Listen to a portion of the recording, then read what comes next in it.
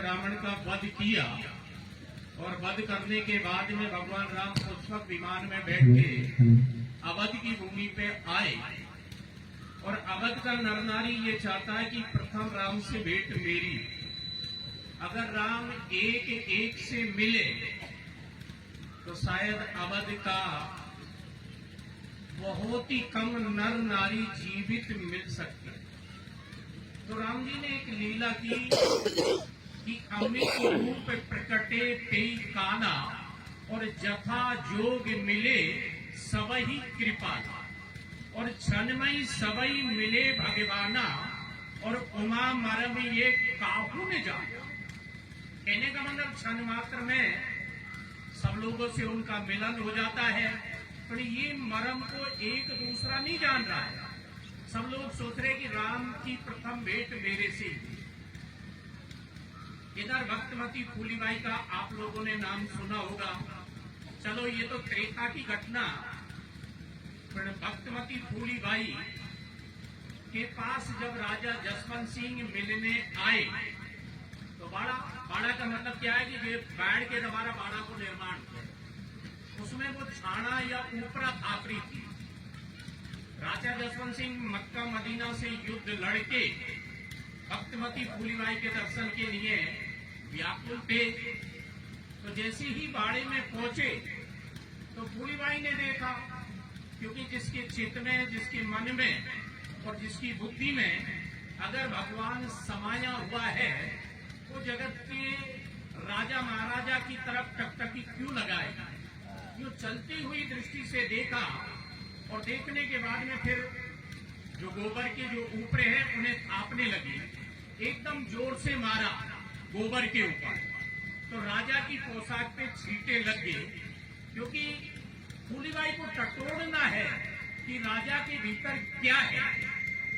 अभी डबले राम जी बता रहे हैं नहीं कि जब तक कुआं में गंडक है तब तक तो दुर्गंध आएगी, और गंडक निकल गई हो तो काम बढ़ेगा कि नहीं बढ़ेगा।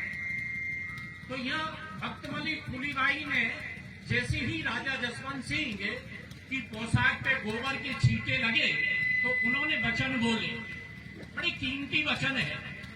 ओ रजोगुण तो गयो नहीं आयो करण समान, ऊंचो नीचो का करे नीचल कर ले मान, जुंगो सिर की पागड़े माटी मिल सीतान, माटी सुई उपजो फिर माटी हुए जाए, फूली कई राजा सुनो कर लो भजन उपाय, स्वान काग जम्बुक बके तो जल बल है सीखे, ऐसी गंदिर देय को ऊंचो करियो के।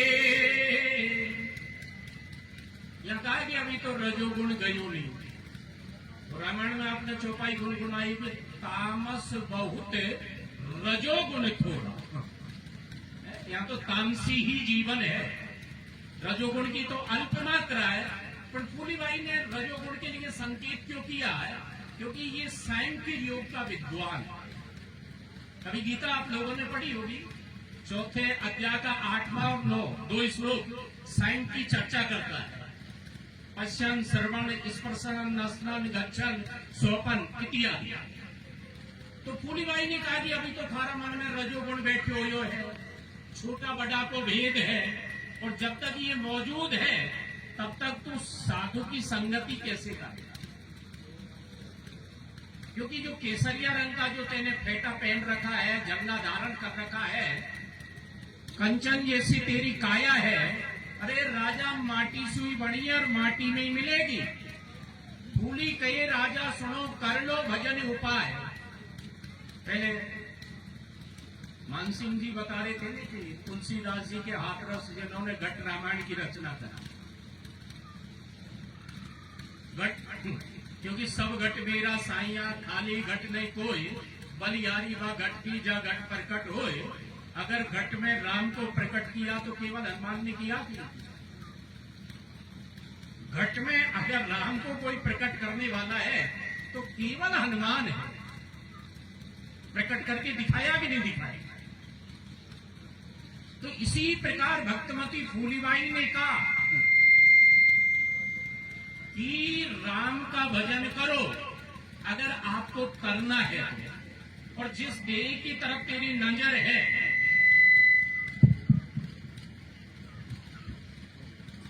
जिस देह की तरफ तेरी नजर है, अगर इसको जलाओगे तो रात की देरी हो जाएगी, गाड़ोगे तो माटी हो जाएगी, वैसे छोड़ोगे तो गीत कौवे खा जाएंगे, और जल में छोड़ोगे तो जल के जानवर खाएंगे। कहने का मतलब इस गंदी देह की में क्या बंधना था। राजा हल्का सा झुका और अपने घर की तरफ यात्रा करने लगा। फूलीबाई ने भी कि तू भूखो और सारी सेना भूखी। अब बेचारी कोई पढ़ी लिखी तो है नहीं, उन्हें कि इनको टुकड़ों खुबा दे। तो राजा विचार करने लगा कि इतनी लंबी चौड़ी मारी सेना या काई खुबा दी, एक हांडी में 5 किलो या 10 किलो राबड़ी बनाई होगी, 10-20 बाजरा की रोटी, उनको सोगर कहा जाता है, वो बनाई हुई है। फूलीबाई ने कहा कि भगवान के यहाँ सारी व्यवस्था है। मां साधु को बाप जी कहा जाता कि बाप जी पधारो और भोजन के लिए बैठ जाओ। सारी सेना, तो भोजन के लिए सारी सेना बैठ जाती है। अब एक दूसरे को हंसने लगे कि ये पागल क्या खिलाएगी। तो चमत्कार हुआ। ओ जे तेरे मानस ते तीरे भोले, पत्तल पत्तल पर सिर धोले, राजा जस बतईते उते जाके, या साधा पत साए में राखे। कहने का मतलब जितनी सेना थी इतनी ही फूलीबाई बनी। ये किसका प्रभाव है? भगवान नाम का प्रभाव है। गोस्वामी तुलसीदास जी ने कितना नाम जपा है? 8 अरब। कितना? 8 अरब। और बताते हैं कि यदि कोई 14 करोड़ नाम जपे तो उसको भगवान के दर्शन हो जाए। जैसे तो राधा स्वामी वाले ये कहते हैं कि तुलसीदास जी ने तुलसी साहिल बनने के बाद में घट रामायण की रचना करी है, जब उसकी मुक्ति हुई है। ये थोड़ा सा वैष्णव सिद्धांत के विरोध है। तो मेरा आप लोगों से निवेदन है कि एक नहीं हजारों फूलीबाई प्रकट हो जाए और सबको क्या देने लगी? पत्तल और दोना।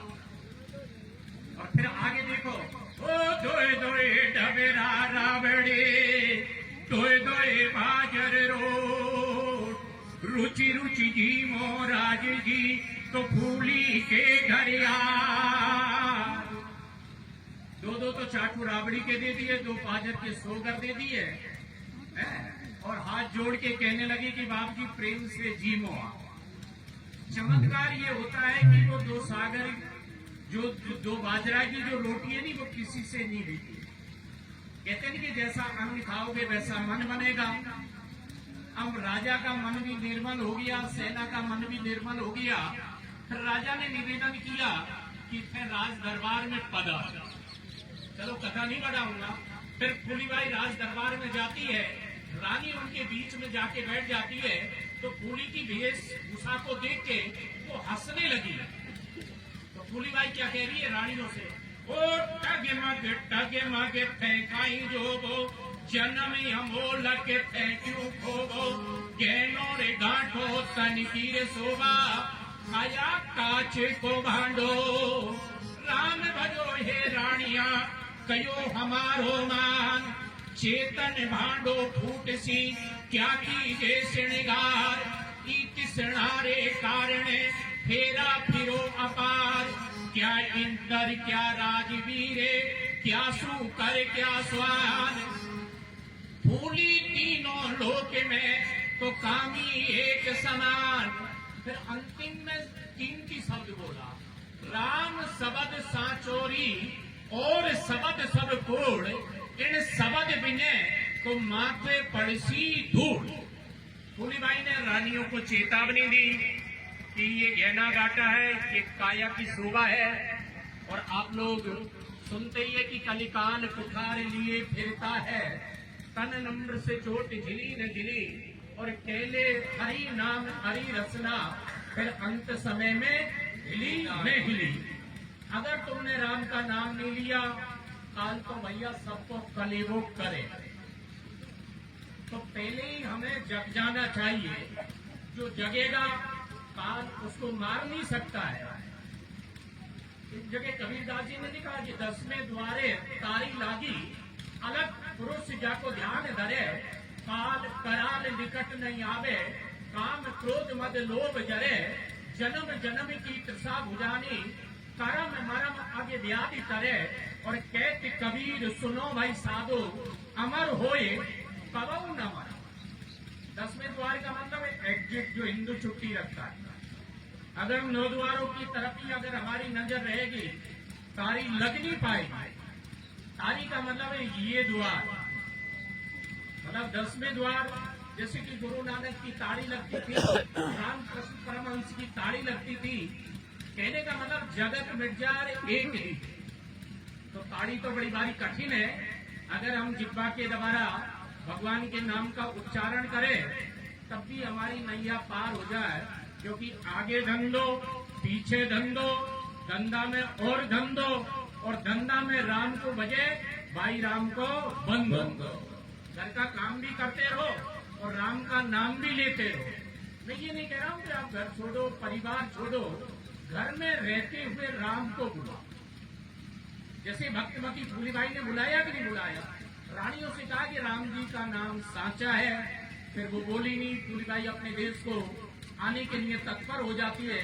राजा जसवंत सिंह ने फूलीबाई के चरणों में अपना मत्था टेका और निवेदन किया कि थोड़ा दिन और निवास करो, हमारी तो खोपड़ी ठीक होगी पर रानी की खोपड़ी में जो विषय भरे पड़े हैं कह रहे थे नहीं डबले राम जी, जो गंडक कुआं में पिड़ियो है तो वह गंडक तो वही निकले को किसे भाई। गंडक को निकालने के लिए तो रस्सी चाहिए कि नहीं चाहिए। जैसे जहाँ सबक श्रुति की साधना बताई जाती है, अगर रस्सी के द्वारा उसको आप निकाल के बाहर पटक दो, 100 बाल्टी और उलीच दो और थोड़ा सा गंगा जल डाल दो तो वो पानी पीने योग्य हो जाएगा कि नहीं हो जाएगा। तो आप भी भगवान के योग हो जाओगे। गीता कहती है एजुष्टा सर्वभूतानां मित्री करुणाये विजय निर्ममो निरहंकार सम दुखे सुखे क्षमे संतुष्ट सततम योगे यतात्मा दृढ़ निश्चय मय्यर्पित मनोर्बुद्धि यो मद भक्ते समय प्रिय। 13-14 कहने का मतलब जब मन भगवान के लिए अब अच्छा होगा जब निर्मल हो जाए। अगर निर्मल भी नहीं हो तो ये मन भगवान को दे दिया जाए। जैसे कि बूंद जब सागर में मिल जाती है तो बूंद सागर बन जाती है कि नहीं बन जाती है। तो मेरा तो आप लोगों से भी नम्र निवेदन है, पठान बाबा की कृपा से ये सत्संग का दिव्य आयोजन हुआ है और हमारा तो ये प्रयास है कि इस जगह का जीर्ण उद्धार हो रहा है। और सभी भक्तों से साता की बस्ती से तो विशेष निवेदन है। वैसे तो पलाना हेड़ा की तन और साता दोनों की तन में ये जगह मौजूद है, क्योंकि बाहर की जब यात्राएं जाती है तो बालाजी के मंदिर में रुकने में कठिनाई आ जाती है। यहाँ जगह भी काफी है। तो लोग बता रहे हैं कि लगभग 12 बीघा जमीन है। अब 12 भी नहीं मिले, जितनी मिल जाए उतनी छाछ पी के आगुंतों की सेवा हो सकती है, भक्तों की सेवा हो सकती है। तो इस प्रांगण को तन के द्वारा, धन के द्वारा और मन के द्वारा सहयोग करके सुंदर बना। साता में ऐसी जगह मिलना बड़ा भारी कठिन है, क्योंकि सारी जगह रुकी कलिकाल है, सबके मन में आसक्ति है। दुर्योधन ने कहा कि सुई की नोक के बराबर भी मैं जमीन दे नहीं पाऊंगा, उसके कारण महाभारत का जन्म होता है। चलो जो जितना देता है उतनी ही लेके इसकी चारों तरफ से दीवार करवाई जाए। एक नहीं अनेक बाथरूमों का निर्माण कर दो, ताकि माताएं भी आती है और भाई भी आते हैं और उनको मतलब स्नान की भी व्यवस्था हो जाए, जंगल झाड़ी की भी व्यवस्था हो जाए। और यहाँ खूब पड़ाव रखे, खूब कीर्तन करे, खूब भजन करे, खूब भंडारे चले, इससे पवित्र और जगह क्या होगी? क्योंकि पठान बाबा ने अभी नहीं, बहुत दिन बाद में आप लोगों की सुध ली है। सुधतों को बार बार लेते थे। आज गुरुवार का दिन है और भगवान की कृपा से ये सत्संग का दिव्य आयोजन इसके विकास के लिए ही हो रहा है। तो मैं तो निवेदन करता हूँ बस्ती माता के नर नारियों से, सभी से, भक्तों से, जो भी पठान बाबा से जुड़े हुए भगत है, मैं उनसे निवेदन करता हूँ कि इसमें सहयोग करें।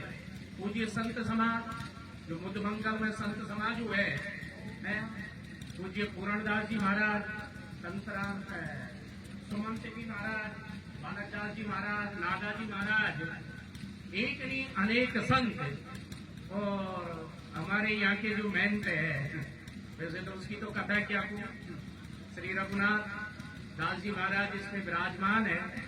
थोड़ा सा वो अपनी चित्त की वृत्ति या खान पीन में हल्का सा सुधार कर ले तो बहुत अच्छी बात है।